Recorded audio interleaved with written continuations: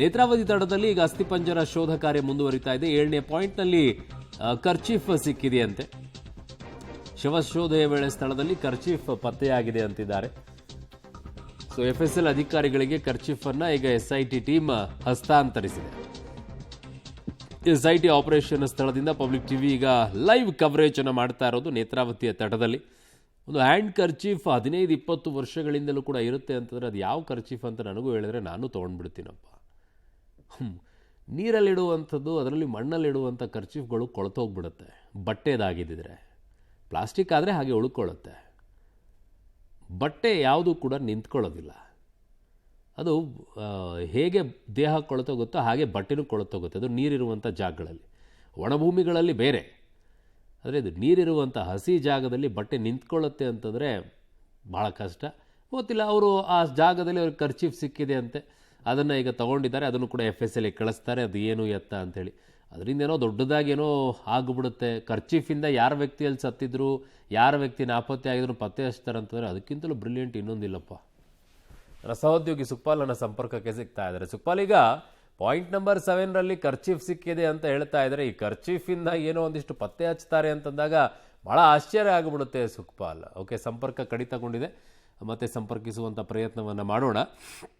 FSL ಅಧಿಕಾರಿಗಳಿಗೆ kerchief ಹಸ್ತಾಂತರಿಸಿದ್ದಾರಂತೆ. ನಿನ್ನೆ debit card ಹೇಳ್ತಾ ಇದ್ರು, ಪ್ಯಾನ್ ಕಾರ್ಡ್ ಹೇಳ್ತಾ ಇದ್ರು, ಮೊದಲನೇ ಪಾಯಿಂಟಲ್ಲಿ ಅದು ಸಿಕ್ತು, ಇದು ಸಿಕ್ತು. ಅದರಿಂದ ಏನೂ ನಿಮಗಾಗೋದಿಲ್ಲ. ಒಂದು ಸಿಗ್ಬೋದು, ಯಾರದ್ದು ಅಂತ ಹೇಳಿ. ಕಳ್ಳತನ ಮಾಡಿ ಎಷ್ಟೋ ಬಿಸಾಕಿರ್ತಾರೆ, ಎಷ್ಟೋ ಎಲ್ಲೋ ಎಸೆದೋಗಿರ್ತಾರೆ. ಡೆಬಿಟ್ ಕಾರ್ಡನ್ನು ಯೂಸ್ ಮಾಡಿಬಿಟ್ಟು ಆಮೇಲೆ ಬಿಸಾಕಿ ಹೋಗಿರ್ತಾರೆ. ಹಂಗಂತ ಹೇಳ್ಬಿಟ್ಟು ಅಲ್ಲಿ ಯಾರ್ದೋ ಏನೋ ಆಗಿದೆ ಅಂಥೇಳಿ.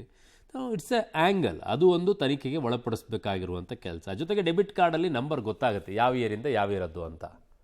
ನನ್ನ ಸಹೋದ್ಯೋಗಿ ಸುಕ್ಪಾಲ್ ಇದ್ದಾರೆ. ಸುಕ್ಪಾಲ್, ಈಗ ಒಂದು ಕರ್ಚೀಫ್ ಈ ಪ್ರಕರಣದಲ್ಲಿ ಬಹಳ ಮಹತ್ವವನ್ನು ಪಡ್ಕೊಳ್ಳುತ್ತೆ ಅಂತಂದರೆ ಭಾಳ ಇಂಟ್ರೆಸ್ಟಿಂಗ್ ಅನಿಸುತ್ತೆ ನನಗೆ.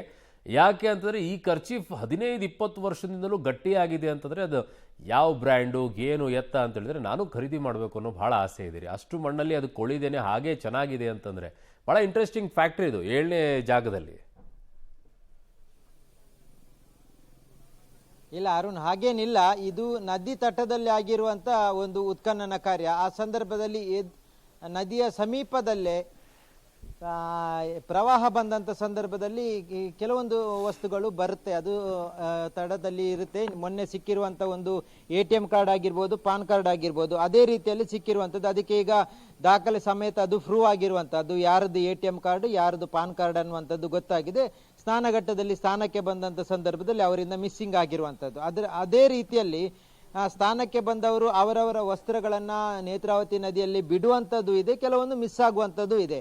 ಹೀಗಾಗಿ ಆ ಸಂದರ್ಭದಲ್ಲಿ ಬಿಟ್ಟಿರುವಂಥದ್ದು ಅದು ಇತ್ತೀಚಿನ ಮಳೆಗೆ ಬಂದು ಅದರ ನದಿಯ ಸಮೀಪಕ್ಕೆ ಬಿದ್ದಿರ್ಬೋದು, ಅಥವಾ ನದಿಯ ಏನು ಇನ್ನೊಂದು ಭಾಗ ಇದೆ ಆ ಭಾಗದಲ್ಲಿ ಬಿದ್ದಿರ್ಬೋದು. ಅದೇ ಭಾಗದಲ್ಲಿ ಇವತ್ತು ಅಗಿಯುವಂಥ ಸಂದರ್ಭದಲ್ಲಿ ಇದು ಒಂದು ಕರ್ಚೀಪು ಸಿಕ್ಕಿರುವಂಥದ್ದು. ಆದರೆ ಇದನ್ನು ಎವಿಡೆನ್ಸ್ ಆಗಿ ಇಟ್ಕೊಳ್ಬೇಕಾಗುತ್ತೆ. ಅದನ್ನು ಆ ಸ್ಥಳದಲ್ಲಿ ಸಿಕ್ಕಿರೋದ ಕಾರಣಕ್ಕಾಗಿ ಅದನ್ನು ತೆಗೆದು ಹಾಗೆ ಬಿಸಾಡೋಕ್ಕಾಗಲ್ಲ.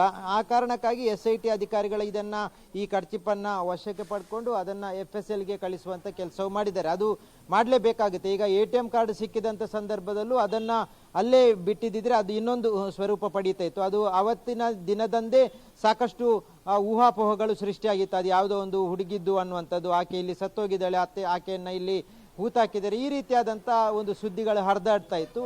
ಆದರೆ ಈಗ ಕನ್ಕ್ಲೂಷನ್ ಗೊತ್ತಾಗಿದೆ, ಅದು ಯಾರದ್ದು ಅನ್ನುವಂಥದ್ದು, ಆತ ಎಲ್ಲಿದ್ದ, ಯಾವ ರೀತಿ ಅದು ಮಿಸ್ ಆಗಿತ್ತು ಅನ್ನುವಂಥದ್ದು. ಅದೇ ರೀತಿಯಾಗಿ ಈ ಕರ್ಚಿಪ್ನನ್ನು ಅದೇ ರೀತಿಯಾಗಿ ಅದನ್ನು ವಶಕ್ಕೆ ಪಡೆದು ಅದನ್ನು ಏನಾದರೂ ಒಂದು ಟೆಸ್ಟ್ ಮಾಡುವಂಥ ಕೆಲಸಗಳಿಗೆ ಮುಂದಾಗ್ತಾರೆ. ಆ ಬಳಿಕ ಅದರದ್ದು ಸ್ಪಷ್ಟತೆಯನ್ನು SIT ಅಧಿಕಾರಿಗಳು ತಿಳಿಸ್ತಾರೆ. ಒಂದು ವೇಳೆ ಈ ಕರ್ಚಿಪ್ಪು ನೀವು ಹೇಳಿದಾಗೆ ಭಾಳಷ್ಟು ಸ್ಟ್ರಾಂಗೆಸ್ಟ್ ಕರ್ಚಿಪ್ ಆಗಿರಬೇಕು, ಅಷ್ಟು ವರ್ಷಗಳಿಂದ ಇಟ್ಟಿರುವಂಥದ್ದು. ಇದು ಭೂಮಿಯ ತುಂಬ ಅಡಿಭಾಗದಲ್ಲಿ ಸಿಕ್ಕಿರುವಂಥದ್ದಲ್ಲ, ಅಲ್ಲಿ ಉತ್ಖನನ ಮಾಡಲಿಕ್ಕೆ ಆರಂಭ ಮಾಡುವಾಗಲೇ ಸಿಕ್ಕಿರುವಂಥ ಒಂದು ಕರ್ಚಿಪ್ಪು. ಅದನ್ನೀಗ ವಶಕ್ಕೆ ಪಡ್ಕೊಂಡಿದ್ದಾರೆ. ಅದನ್ನು ಅವರು ದಾಖಲೆಗಾಗಿ ಇಟ್ಕೊಂಡಿದ್ದಾರೆ. ಆದರೆ ಆ ಭಾಗದಲ್ಲಿ ಬೇರೆ ಯಾವುದೇ ರೀತಿಯಾದಂಥ ಕಳೆಬರಗಳು ಪತ್ತೆಯಾಗಿಲ್ಲ. ಇಲ್ಲೀಗ ಮೇಜರ್ ಆಗಿರುವಂಥ ವಿಚಾರ ಈ ಕಳೆಬರವನ್ನು ಹುಡುಕುವಂಥ ಕೆಲಸ. ಆತ ಇಂಥ ಸ್ಥಳಗಳಲ್ಲಿ ಶವಗಳನ್ನು ಹೂತಾಕಿದ್ದೇನೆ ಅನ್ನುವಂಥದ್ದನ್ನ ದೂರುದಾರ ಹೇಳಿರುವಂತ ಹಿನ್ನೆಲೆಯಲ್ಲಿ ಆತ ತೋರಿಸಿರುವಂತ ಎಲ್ಲ ಜಾಗಗಳನ್ನ ಉತ್ಖನನ ಮಾಡಬೇಕಾಗುತ್ತೆ. ಹಾಗಾಗಿ ಉತ್ಖನನ ಮಾಡುವಂತ ಸಂದರ್ಭದಲ್ಲಿ ಏನೆಲ್ಲ ಸಿಗುತ್ತೆ ಅದರಲ್ಲಿ ಪ್ರಮುಖವಾಗಿ ಕಳೆಬರ ಸಿಗಬೇಕು. ನಿನ್ನೆ ಸಿಕ್ಕಿದ ರೀತಿಯಲ್ಲೇ ಎಲ್ಲಾದ್ರೂ ಸಿಕ್ಕರೆ ಅದಕ್ಕೆ ಮಹತ್ವ ಪಡ್ಕೊಳ್ಳುತ್ತದೆ. ಆದ್ರೆ ಈ ರೀತಿಯಾದಂಥ ವಸ್ತುಗಳು ಸಿಕ್ಕಿದ್ರು ಅದನ್ನ ವಶಕ್ಕೆ ಪಡೆದು ಅದನ್ನ ವಿಚಾರಣೆ ಮಾಡುವಂತ ತನಿಖೆ ಮಾಡುವಂತ ಕೆಲಸಕ್ಕೆ ಅಧಿಕಾರಿಗಳು ಮುಂದಾಗ್ತಾರೆ. ಈಗ ಅದನ್ನ ಹೊರತುಪಡಿಸಿ ಈಗ 7ನೇ ಇದರಲ್ಲಿ ಬೇರೆ ಯಾವುದೇ ರೀತಿಯ ಕಳೆಬರ ಸಿಗದೇ ಇರುವಂತ ಹಿನ್ನೆಲೆಯಲ್ಲೇ ಈಗ 8ನೇ ಏನು ಪಾಯಿಂಟ್ ಇದೆ ಆ ಪಾಯಿಂಟ್ ಇಂದ ಆರಂಭ ಮಾಡಿದ್ದಾರೆ. ಈಗ ಒಂದು ಹಂತದಲ್ಲಿ ಸಾಕಷ್ಟು ಅಡಿ ಆಳಕ್ಕೆ ಹೋಗಿದ್ದಾರೆ. ಅಲ್ಲಿ ಕಾರ್ಮಿಕರೇ ಅದನ್ನ ತೆಗೆಯುವಂತ ಮಣ್ಣು ತೆಗೆಯುವಂತ ಕೆಲಸ ಮಾಡಿದ್ದಾರೆ.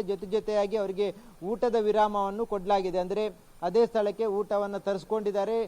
ಅಧಿಕಾರಿಗಳು, ಕಾರ್ಮಿಕರು, ಸಿಬ್ಬಂದಿಗಳು ಎಲ್ಲರೂ ಆ ಸ್ಥಳದಲ್ಲೇ ಇದ್ದು ಊಟ ಮಾಡುವಂಥದ್ದು, ಜೊತೆಗೆ ಈ ಏನು ಉತ್ಖನನದ ಕೆಲಸ ಇದೆ ಅದನ್ನ ಮುಂದುವರಿಸುವಂಥದ್ದು. ಈಗಾಗಲೇ 3 ಗಂಟೆ ದಾಟಿದೆ. ಹೀಗಾಗಿ ಅದನ್ನ ಆರಂಭ ಮಾಡಿದ್ದನ್ನ ಅಲ್ಲಿಗೆ ನಿಲ್ಲಿಸುವಾಗಿಲ್ಲ. ಒಂದು ವೇಳೆ ಅವರ ಏನು ಟಾರ್ಗೆಟ್ ಇತ್ತು 6 ಫೀಟ್ ಅಡಿವರೆಗೆ ಹೋಗ್ಬೇಕನ್ನುವಂಥದ್ದು, ಅದು ಹೋಗಿದ್ದಿದ್ರೆ ಮತ್ತೆ ಬ್ರೇಕ್ ತಗೊಳ್ತಾ ಇದ್ರೆ. ಈಗ ಸದ್ಯದ ಮಟ್ಟಿಗೆ ಅದನ್ನ ಕಂಟಿನ್ಯೂ ಮಾಡಿದ್ದಾರೆ. ಊಟದ ವಿರಾಮ ತಗೊಳ್ಳದೆ ಅಲ್ಲೇ ಊಟನ ತರಿಸ್ಕೊಂಡು ಮುಂದುವರಿಸಿರುವಂತದ್ದು. ಈಗ ಮತ್ತೆ ಆ ಕಾರ್ಯದಲ್ಲಿ ಸುಮಾರು 6 ಫೀಟ್ಗೆ ಹೋದ ನಂತರ ಏನಾದರೂ ಸಿಗದಿದ್ರೆ ಮತ್ತೆ 9ನೇ ಪಾಯಿಂಟ್ ಏನಿದೆ ಅಲ್ಲಿಗೆ ಹೋಗುವಂತ ಕೆಲಸವನ್ನ ಈ ತಂಡ ಮಾಡುತ್ತೆ. ಅರುಣ್. ಓಕೆ ಸುಕ್ಪಾಲ್.